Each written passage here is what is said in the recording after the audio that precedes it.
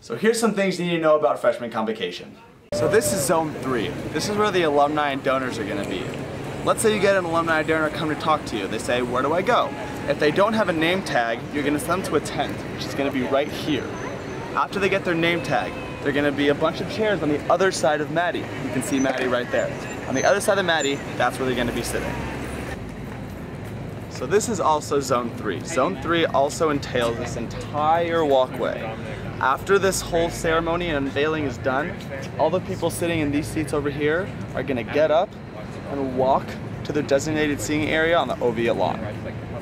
So let's say a faculty and staff member comes up to you and says, hey, where do I go to get robed? This is what you're going to tell them. This entire section right here is going to be fenced off. The only way they're going to be able to get to Bianchi Auditorium, take a little opening in the fence and take it to Bianchi Auditorium. And that's at what time? 5:45. No later than 5:45. This is Zone 1, Matador Square. At 5 p.m., all the freshmen are going to meet in this area. This entire area is going to be freshmen. Then, at 5:15, the unveiling of that Matador right there.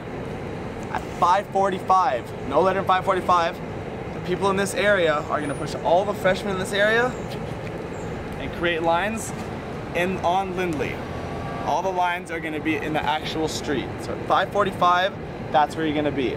5:45, Zone 2 on Lindley. This is where the 4 lines are going to be situated. There's probably going to be 2 lines on this side, 2 lines on the other side. The people designed or posted in Zone 2 will make sure that all 4 lines are evenly separated and make sure that the 4 lines stay in their 4 lines. That's very important. Welcome back to Zone 2. After they come from Lindley, all 4 lines are going to be here. On this street, there's going to be pinked off rows for each of the 4 lines to be. Once the processional starts, the 4 lines will walk from here into the venue.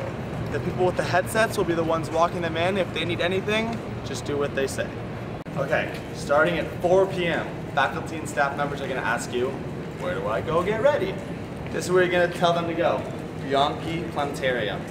In Bianchi Planetarium, from 4 to 5:45 is all faculty and staff robing areas. Also, let's say a faculty member says, I don't want to watch it over there. Where can I watch it where it's air conditioned? Good question. In here, they're going to have a live feed that's showing the unveiling of the Matador live. So if they don't want to be there, they can be in here. This is Zone 3, the Oviatt lawn. Now, the faculty and staff that aren't robing or walking with the processional are going to be sitting up here. Okay, after the unveiling of the Matador, all the alumni and donors are going to make their way down here. If you're asked to walk them to their seats, the east side is where they're going to be sitting. So the seats over here are for alumni and donors only. The area behind me, this will all be freshmen. So once the lines get brought in, this entire area will be students and continuing educational people. Now, this entire area over here will be fenced off. So, let's say you're working the Oviatt lawn zone. Let's say someone is already sitting here before the students even walk in. You're gonna have to ask them politely to leave. Now, once everything's done, once we do the national anthem, then if there's more seats available, anyone else is allowed to sit here. But until then, just students. 4 o'clock, if you're asked to work in the Oviatt zone, you're gonna have to come here and make sure no students are here at all during that time. At 5:15 during the unveiling, you guys are allowed to go up there and watch the unveiling. As soon as the unveiling's done, come right back here and make sure no one's sitting in these seats except the alumni and the donor section. Those guys are okay to sit before the processional starts.